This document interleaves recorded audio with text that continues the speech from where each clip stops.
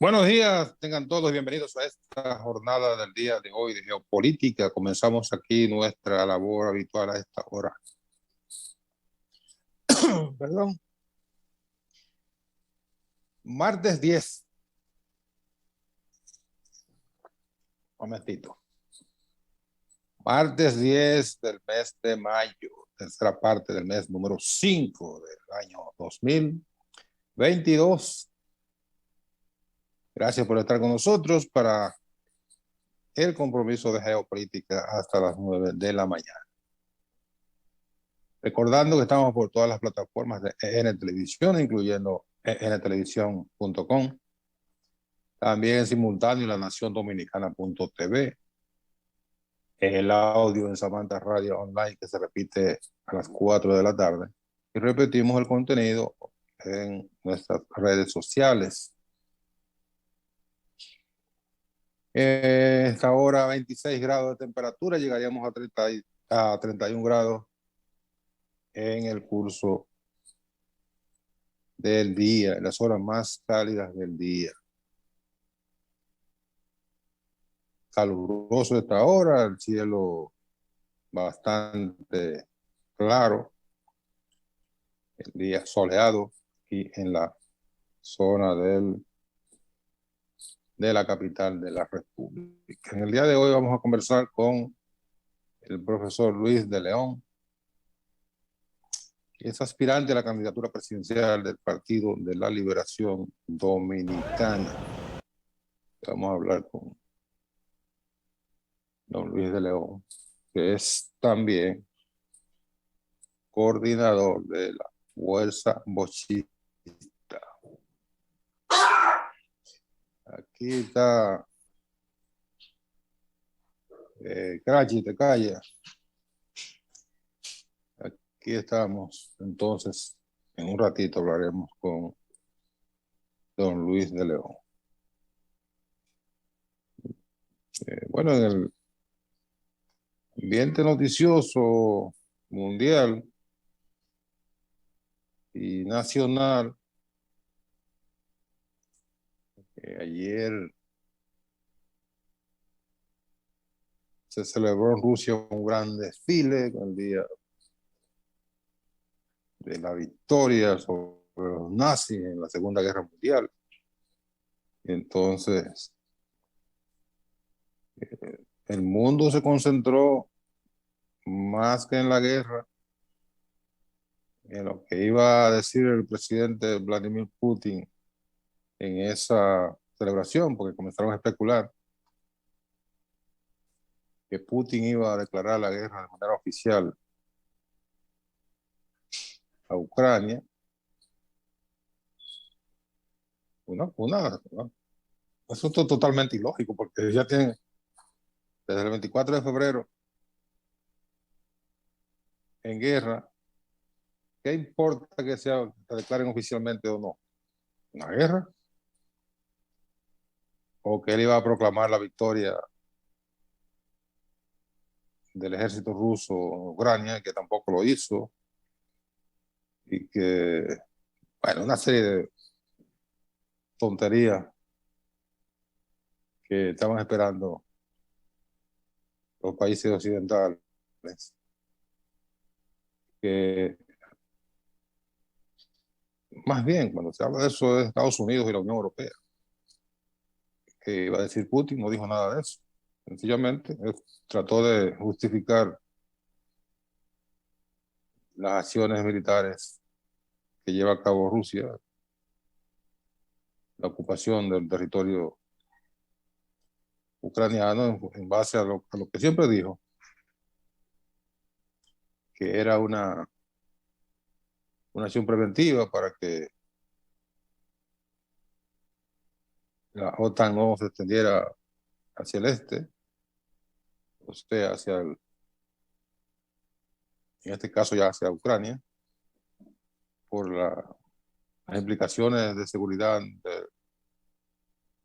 la integridad rusa, que eso tenía que evitar esa acción de la OTAN. Eh, Toda una justificación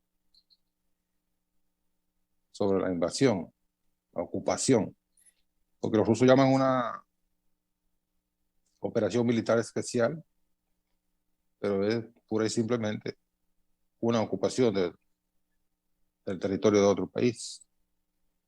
Todo lo demás es eufemismo. Y por otra parte, la Unión Europea trata de aplicar las llamadas sanciones a los combustibles, al petróleo y el gas ruso, pero no ha sido tan fácil por el impacto que esa medida tendría en la mayoría de los países que dependen básicamente de la energía rusa. Hay varios países que ayer insistieron de nuevo, aunque no van a aceptar, de los países de la Unión Europea, no van a aceptar la imposición de sanciones al petróleo y al gas, que son muy dependientes, y no tendrían entonces una vía de sustituir de manera segura y a ese precio durante mínimo los próximos 5 años. Es que no es tan fácil, no es como usted decir, bueno, yo no voy a comprar en la bodega de la esquina o supermercado tal, yo no voy a comprar arroz ahí, habichuelas, bueno, no voy a comprar nada en ese supermercado o en ese mercado.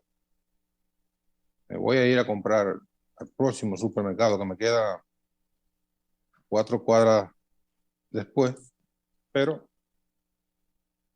son unos minutos más de camino. O no voy a comprar ropa en esa tienda, no entro más a esa tienda. No es así. Es una infraestructura que no se sustituye de la noche a la mañana. Miren que los más radicales en la aplicación de las sanciones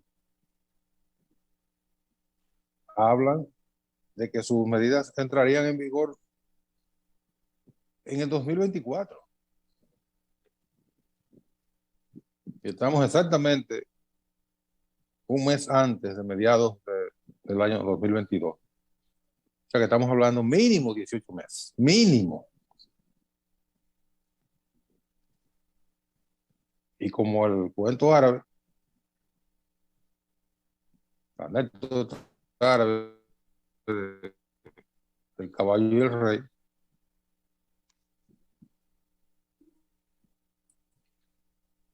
el caballo y el caballo, la anécdota era un año. Ahora imagínense dentro de 18 meses. Dentro de 18 meses pueden pasar muchas cosas. No habrá guerra en 18 O se meses. muere el caballo o se muere el rey. No, además ya no habrá guerra, ya habrá otro escenario en 18 meses. Probablemente, ¿verdad? Claro. Y ya no tendrá sentido las sanciones. No, las sanciones van a tener sentido porque no son momentáneas, es por una acción que tiene unos efectos de largo plazo. Lo digo porque eso podría cambiar la acción, ya podría haber un entendimiento en esa materia y ya no será necesaria la sanción. Porque ya las condiciones que provocaron la sanción no existen, no están. Al menos que no sea un argumento para prolongar el conflicto. El hecho es que no hay unanimidad en la Unión Europea.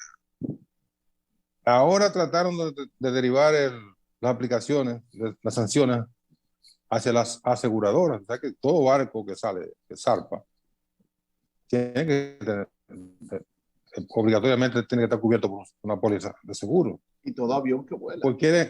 Y todo avión que vuela. Sí. No tanto así todo carro que circula, que también debe ser por la previsión de daños a terceros. Pero en el caso de los aviones o barcos, ninguna de esas naves se mueve si no tiene un seguro. Pues ahora le quieren aplicar las sanciones a las aseguradoras. Estamos hablando de que son aseguradoras, en su mayoría, o estadounidenses o europeas. Pero ahí también patinaron, porque no es tan sencillo. Ok, le apliquen las sanciones a la aseguradora, a las aseguradoras, Lloyd, que es la más grande, la reaseguradora más grande del mundo, que es británica. Ok, pero entonces, ¿cómo de aquí al 24 o al 27, como plantean algunos de la Unión Europea, van a recibir el petróleo? Si los barcos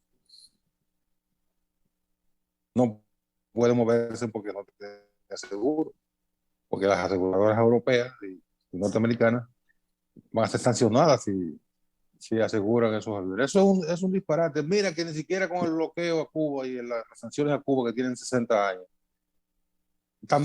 Estados Unidos ha intentado sancionar a las aseguradoras de los buques y los aviones que vuelan a Cuba y tampoco ha podido. Porque eso es Mira, un es gran que disparate. eso, Mucho eso, menos en este caso, que no. estamos hablando de la supervivencia de esos países que reciben gas y petróleo ruso. Un dato importante es que estuve viendo anoche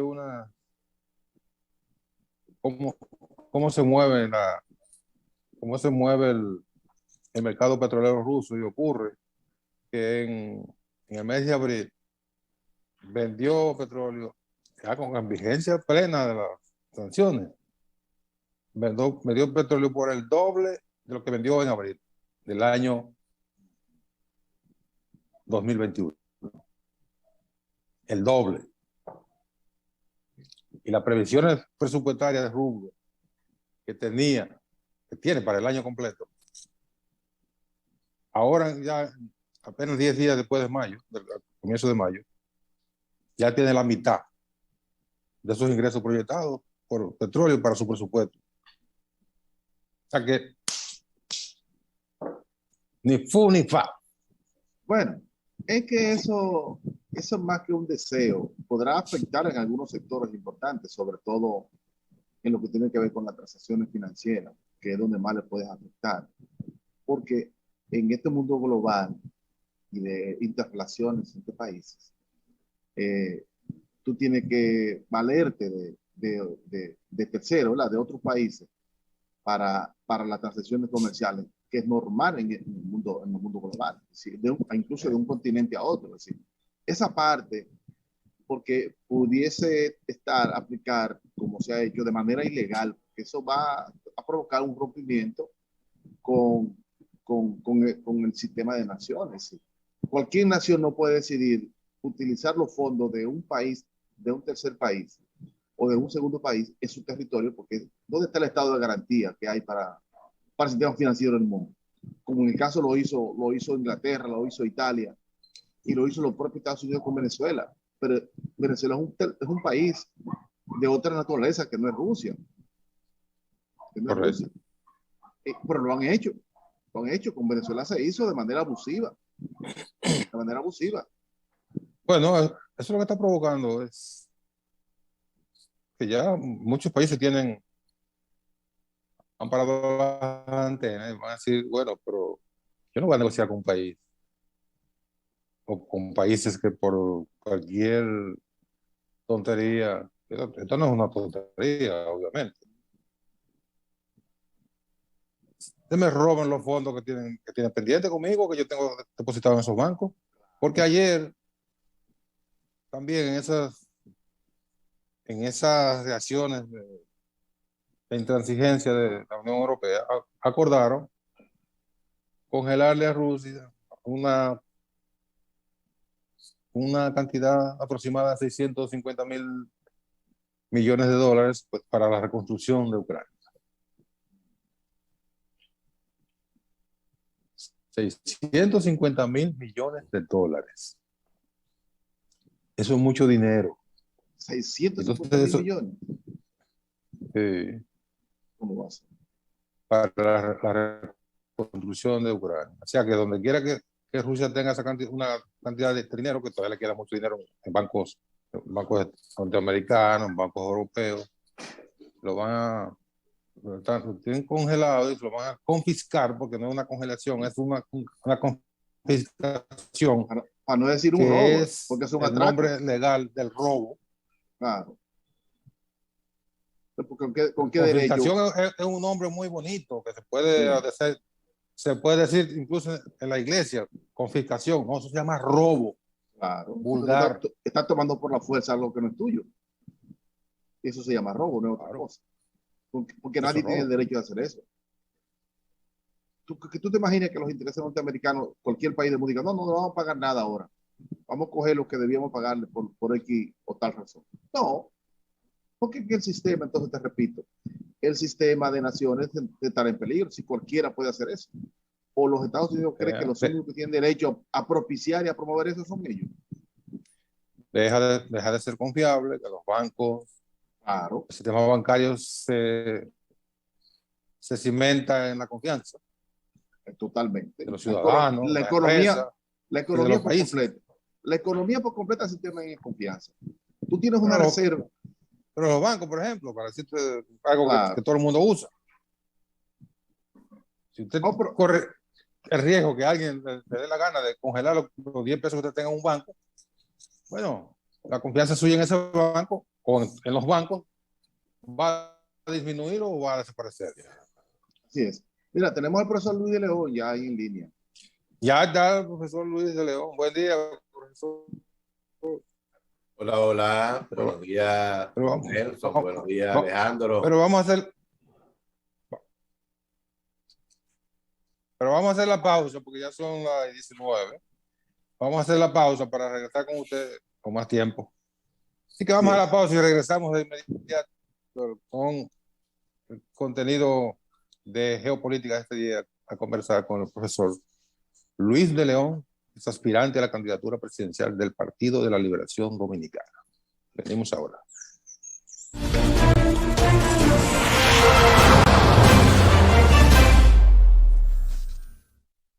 Ya de regreso a geopolítica de este día, tenemos, como dijimos antes de la pausa, al profesor Luis de León,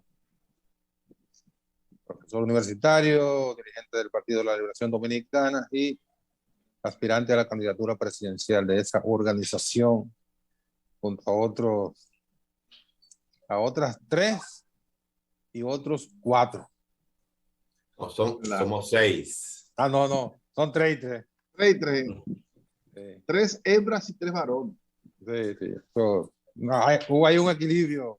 Equidad de género. Una equidad de género, pero muy, muy balanceado. Buen día, don Luis. ¿Cómo van las cosas? Bueno, primeramente agradecer el que ustedes me reciban aquí en Geopolítica y valorar la capacidad y el compromiso que ustedes tienen para orientar a este pueblo sobre temas diversos y sobre temas importantes que son temas del mundo. Como siempre los escucho y observo. Y bueno, y me pongo y saludar a su público de Geopolítica y me pongo a la disposición de ustedes dos. ¿Comenzamos fuera de la frontera o nos quedamos aquí en la frontera? O fuera de la frontera. Ustedes tienen la palabra. Bueno, pues a comenzar con algo más cercano.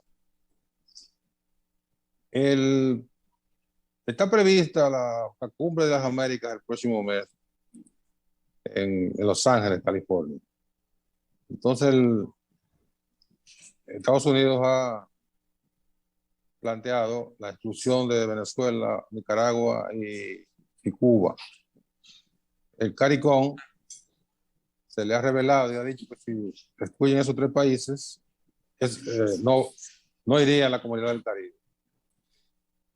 López Obrador, el presidente López Obrador y el presidente de Bolivia han dicho que no van a aceptar que eso ocurra. Lo más, ¿por qué hago la conexión? Porque ayer terminó una gira del presidente López Obrador en Cuba. Que México siempre tuvo una relación muy particular con Cuba, a pesar del bloqueo y las sanciones, hasta que llegó Vicente Fox, un pernicioso personaje que fue presidente de México. Entonces, ¿cómo enjuicia usted, que es muy cercano a Cuba, una solidaridad permanente con Cuba, esa posición tanto de Bolivia y México como la comunidad del Caribe, que son 15 naciones del CARICOM, que si no van a la cumbre, no sería una cumbre, sería una montañita? Bueno, eso es de 34. Es un acontecimiento. Que no vayan 15. Ajá. Decía que es un acontecimiento insólito que revela la crisis por la cual atraviesa Estados Unidos, que se coloca en una posición de exclusión de la misma América, porque el Caribe y toda América Latina, en una cumbre de las Américas, deben ser todos los países, sin ningún tipo de exclusión. Pero ciertamente la crisis mundial por la cual atraviesa, ha venido viniendo en picada el liderazgo de Estados Unidos, hace que tome este tipo de decisiones que, lejos de Estados Unidos recobrar parte del territorio, de la simpatía que tenían acá en Latinoamérica y en la mayoría de los países, se la aleja, porque esto lo que crea es indignación. Todo esto lo que hace es recibir las manifestaciones de rechazo para la participación de esa cumbre. Y sería una cumbre en el marco de un mundo signado por esta guerra que tiene como parte la guerra, me refiero, de Rusia, Ucrania en Occidente, Estados Unidos, tiene la agitación de Occidente, que lejos de procurar la paz, lo que están es promoviendo, agitando a la guerra, con todo el respaldo en armas, que están haciendo hacia Ucrania. Y todo eso lleva al mundo entero a rechazar este tipo de decisiones, de hacer una cumbre de las Américas sin las Américas, porque no se dan cuenta que los pueblos latinoamericanos y caribeños, en la línea de la autodeterminación, ha tomado mucha conciencia. Y realmente la vieja concepción de América para los americanos, aquella doctrina Monroe, ya hace tiempo que está sepultada. Y cuando vemos esas posiciones que se enarbolan de Estados Unidos, lo que hace es realmente, en el marco de esta guerra, los países de Latinoamérica y del Caribe llenarse de mayor indignación porque se quiera hacer la cumbre sin estos países, que son países fundamentales en la línea precisamente de políticas multilaterales para la integración, como son Venezuela, Cuba, Nicaragua y otros países más de América Latina, entre ellos México, etcétera, etcétera. Pero para seguir en América Latina, tendremos dos procesos electorales próximamente, y quizás todo este tipo de movimiento es una aproximación a lo que pudiera suceder después. ¿Qué le parece lo que pudiera pasar tanto ahora, el 29 de este mes, en Colombia, donde hay un proceso interesantísimo, y en el próximo octubre en Brasil, que pudiera dar un giro a lo que sería todo el mapa político y geopolítico en América Latina? Bueno, es que América Latina ha estado despierta. América Latina, independientemente de algunos hierros que se han efectuado en la línea de la autodeterminación de nuestros pueblos, ha estado permanentemente activa.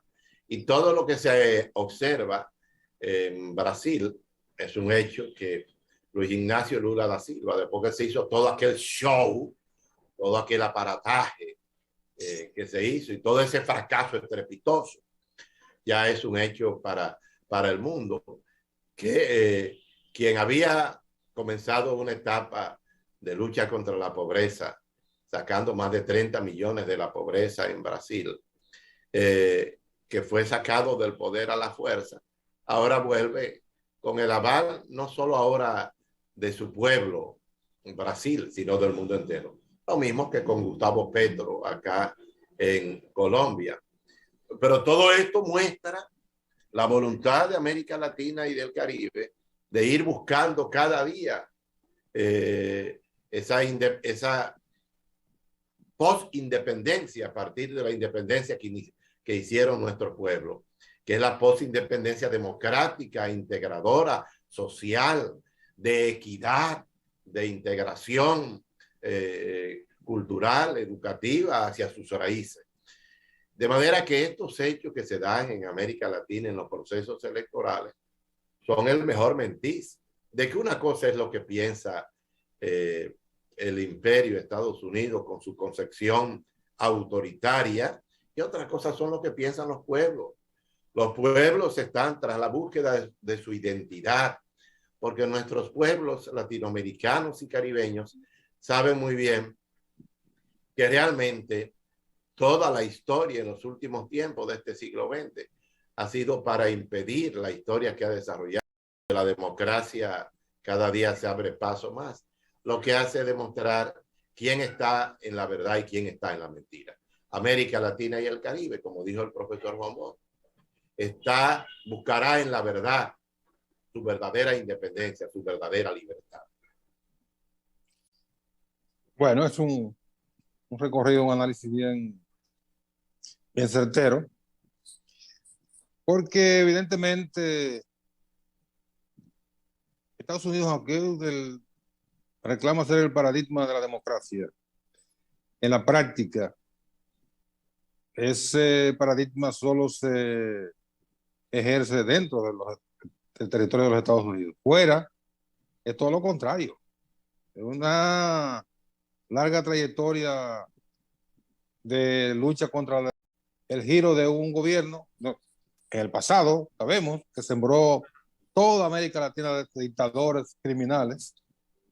Entonces actúa exactamente contrario a ese predicamento de fortalecer la democracia. Fuera del territorio de los Estados Unidos ha sido exactamente lo contrario, no propiciar la democracia. Internamente en Estados Unidos también, en los últimos procesos electorales, se ha visto la situación que hay de crisis y las últimas elecciones, los últimos periodos se ha visto claramente la situación que vive internamente Estados Unidos. Ahora mismo, por ejemplo, con una declaración que dio el Papa respecto a la guerra, ¿no? Ustedes vieron cómo todos esos países se levantaron, o Estados Unidos, CNN, cuando él dijo que los ladridos de la OTAN, se refería, habían levantado la indignación de Putin.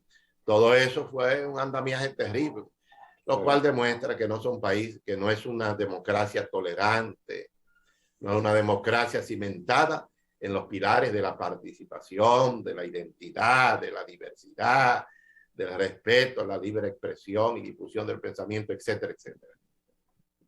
Bueno, eso es correcto.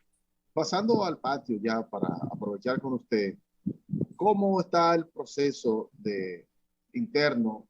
Usted está aspirando a la candidatura presidencial del PLD. ¿El PLD entrará en un proceso de escogencia antes de ir a las primarias formales en octubre del 2023 y el año que viene? Porque ellos quieren adelantarse, es lo que han dicho, y habrá un mecanismo. ¿Cómo se explica eso? ¿Cuál será ese mecanismo y cómo va su proceso internamente? Sí. Bueno, es un proceso que tiene que ver con el hecho de que las demás fuerzas políticas como el mismo PRM tiene su candidato, ¿verdad? Que es el mismo presidente Luis Abinader, y la Fuerza del Pueblo también, que es el presidente Leonel Fernández. Bueno, y entiendo yo también que de cara a la crisis que se ha generado en el partido, los dos colapsos, los grandes dos colapsos que se produjeron con la crisis de la división el 9 de octubre y la crisis de la derrota electoral, 9 de octubre del 2019, 6 de octubre, y la crisis electoral, o mejor dicho, la derrota electoral del 5 de julio del 2020. Bueno, se ha armado un proceso interno que se llama una consulta interna, con 6 precandidatos, 6 compañeros, entre los cuales ya decíamos, hay 3 mujeres y 3 hombres. Las mujeres son Karen Ricardo, Marisa Hernández, Margarita Cedeño, y los hombres somos Abel Martínez, Francisco Domínguez Brito y un servidor. Y ese proceso interno termina el 16 de octubre de este mismo año. Y naturalmente lo que ha planteado la dirección política es que de cara a cumplir con la exigencia de la ley de partidos y de agrupaciones políticas, se someterá el candidato que salga electo de este proceso, un candidato o candidata, será sometido igual, se realizará ese proceso de unas primarias para ir a una convención y ser ratificado en esa convención, de modo que se pueda cumplir con los preceptos establecidos por la ley de partidos políticos. Solo como formalidad, ¿sí? El que salga electo ahora el 15 de octubre de este año 2022 será el candidato que será ratificado en octubre del año 2022. Correcto, el compromiso es que todos los que estamos participando en el proceso, el que salga electo, sea hombre o mujer, bueno, tendrá que respaldar a los otros. Y ya lo que se hará es, como dice usted, Alejandro, se ratificará como una formalidad conforme a cumplir con lo que establece la ley. En el plano del proceso interno, bueno, nosotros estamos trabajando al interior del partido. Usted sabe que este proceso interno es con el padrón de la Junta Central Electoral, haciendo abstracción de los padrones, el de la Fuerza del Pueblo y el de el PRM. Y naturalmente esto plantea la participación de todas las bases del partido, el voto universal y secreto, que es la línea en la cual nosotros participamos en ese proceso, porque de no producirse así, la participación no sería creíble, no sería transparente desde nuestro punto de vista. Y nosotros estamos participando en este proceso en función de que entendemos que la coyuntura política, social, electoral del país es otra.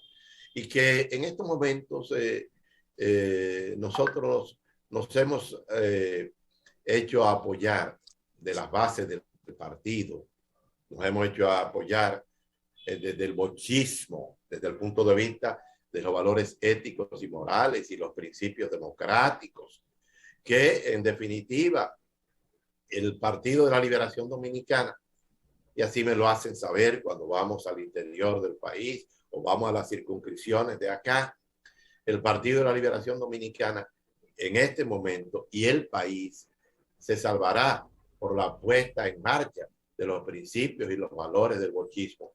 El bochismo está en vigencia en esto, en América Latina y el Caribe, planteamos nosotros en este momento. Y qué mejor que en un proceso interno del PLD y en una posición crítica, autocrítica del PLD, se reencuentre con los ejemplos éticos, morales, democráticos, de avanzada progresista del profesor Juan Bosch.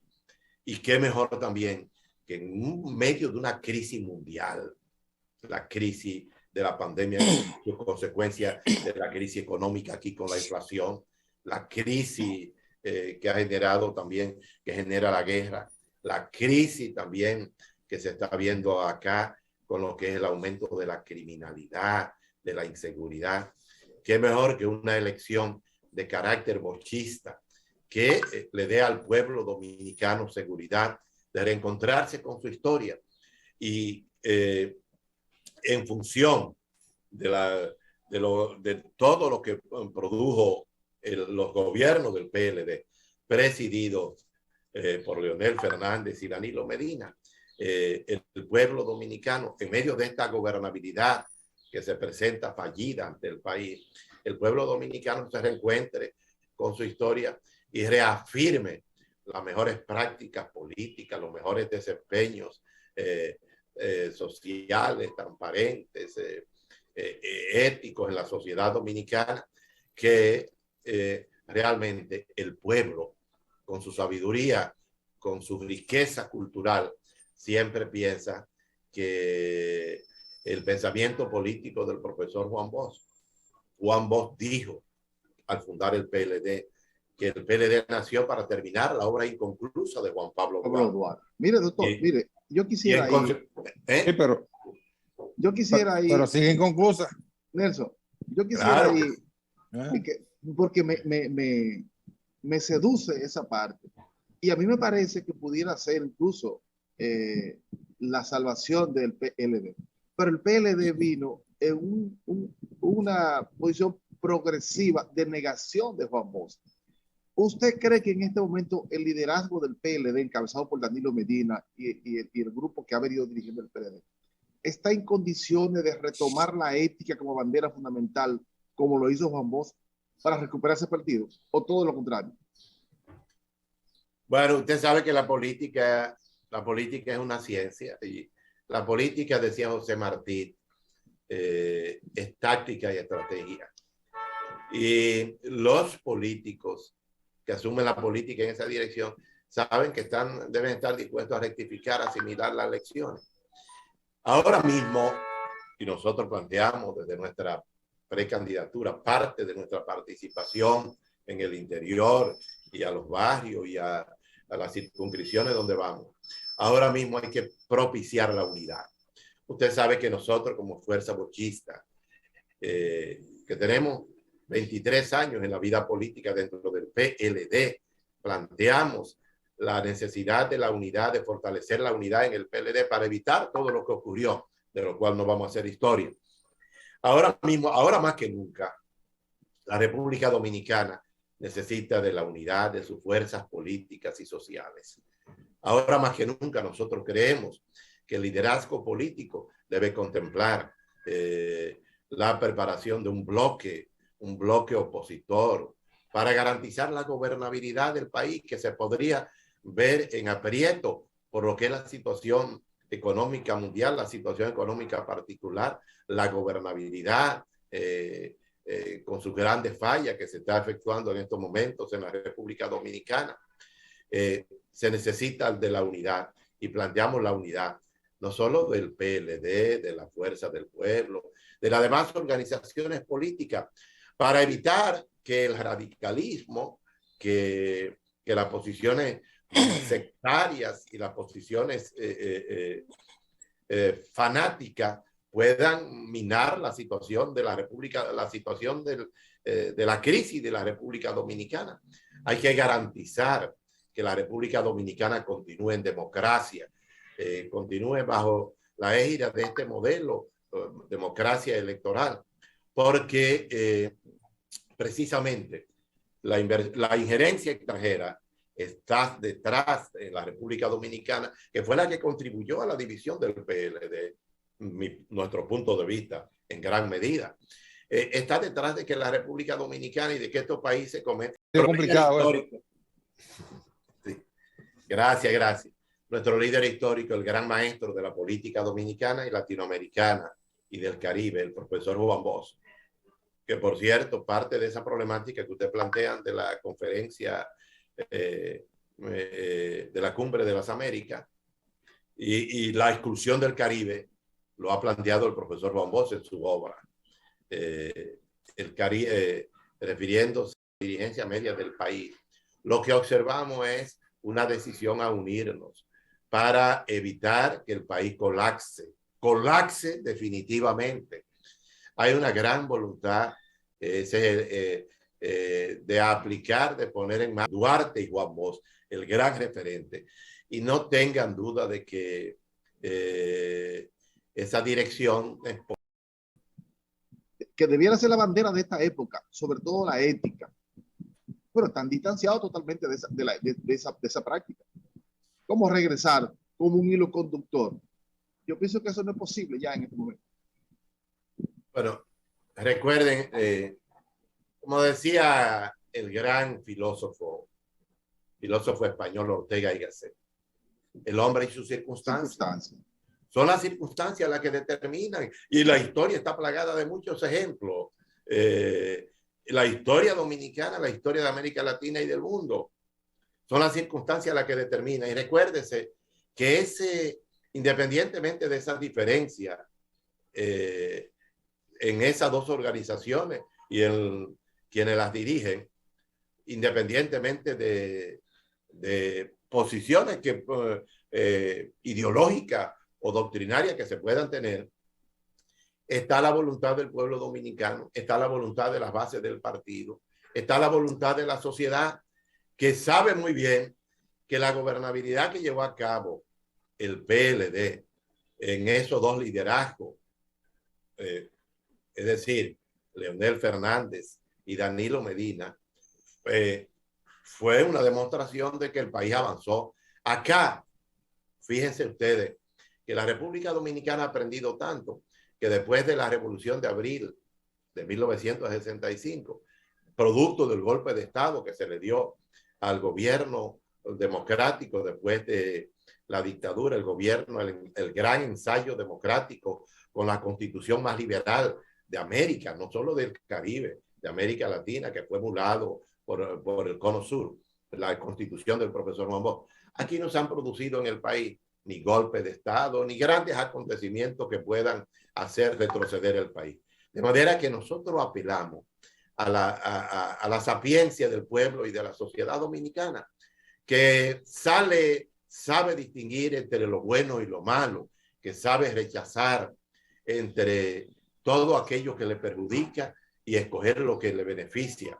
Realmente debemos pensar la política no a partir de la realidad solamente material, particular, dominicana. Hay que ver el mundo, hay que verlo todo, hay que ver el vaso, hay que ver más allá de la curva, como decía el profesor Juan Bosch.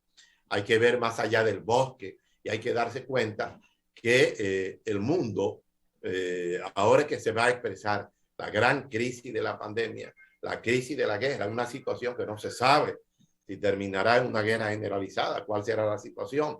Cada día la situación se complica más. En consecuencia, nosotros, los dominicanos, hijos de Duarte, Sánchez, Mella, Luperón, Juan Bosch, Manolo Tavares Justo, las hermanas Mirabal, etcétera, etcétera, Camaño, Francisco Alberto Camaño Deñó, y todo una parte del liderazgo que participó en esa epopeya del 65, todos los dominicanos debemos estar dispuestos a asumir la dominicanidad con unidad, integrándonos todos y evitar que el país retroceda. Un retroceso mayor significaría para la República Dominicana una hecatombe social que la colocaría más allá de esas experiencias nobles de la cual dije que el país no ha tenido grandes colapsos o golpes de Estado después del golpe de Estado al profesor Juan Bosch. Bueno, bueno, un minuto, profesor. Nos quedan apenas 2 minutos. El liderazgo del PLD fue que se encargó de tirarle una fragmentaria a la unidad de ese partido. Entonces, es medio difícil, ¿verdad? No, eso fue la cúpula. Pero un partido, decía Juan Bosch, es la reunión de de toda su matrícula, de todo el padrón electoral. Un partido no es la cúpula y los hechos se lo van a demostrar a ustedes. Los hechos del futuro inmediato van a demostrar el poder que tienen, que juegan las bases del partido o la soberanía popular, la soberanía del partido, el soberano pueblo dominicano en sentido estricto, que está por encima de individuos, en este caso, que se llenaron de mucho egoísmo, de mucha prepotencia y que echaron a un lado los principios y los valores y la gobernabilidad y el compromiso con el pueblo y quisieron imponerse. Es decir, son sectores de la cúpula, porque no es toda la cúpula, no se puede hablar de toda la cúpula. Y el partido, la voluntad, y esa es la experiencia inmediata de nosotros, la voluntad del partido, su base en los barrios, en las comunidades del interior del país, es la unidad, es realmente agotar ese proceso autocrítico del cual nosotros tuvimos una posición en el Congreso, noveno Congreso Virtual, José Joaquín Vidó Medina, que hizo el PLD, cuando nosotros planteamos la necesidad de un proceso crítico y autocrítico para reencontrarnos. Si no nos reencontró el proceso crítico y autocrítico, la misma crisis nos va a reencontrar a nosotros y nos va a unir. No le hicieron caso. ¿Eh? No escuché. Bueno, él le decía que no le hicieron caso, pero bueno, ya hemos terminado. No le hicieron caso, porque yo no he visto esa crítica por ninguna parte. Tendrán que hacernos caso, don Nelson Encarnación. La realidad es más grande que la palabra y que los deseos y que o el odio o la inquina o la pasión. La política es una ciencia. Así es. No puede sustraerse, nadie puede sustraer la política en su carácter científico y de dinamismo a los deseos particulares o personales o a sus actitudes, etcétera, etcétera. Eso es lo que ha pasado. Sí. Bueno, pero bueno, eso es lo que ha pasado en el PLD, pero ya no hay más tiempo para debatir eso. Ya no hay tiempo, gracias, don Luis. De verdad que siempre, gracias a ustedes. Siempre es placentero conversar con usted, muy elocuente y didáctico. Gracias, don Nelson. Gracias, Alejandro, maestro. Bueno, suerte en el proceso que está usted inmerso. Muchísimas gracias. Buenos días. Y ojalá que le oyera la cúpula del PLD. A ustedes también gracias por su atención este día. Mañana a las 8 de la mañana estaríamos de nuevo en Geopolítica. Sigan bien.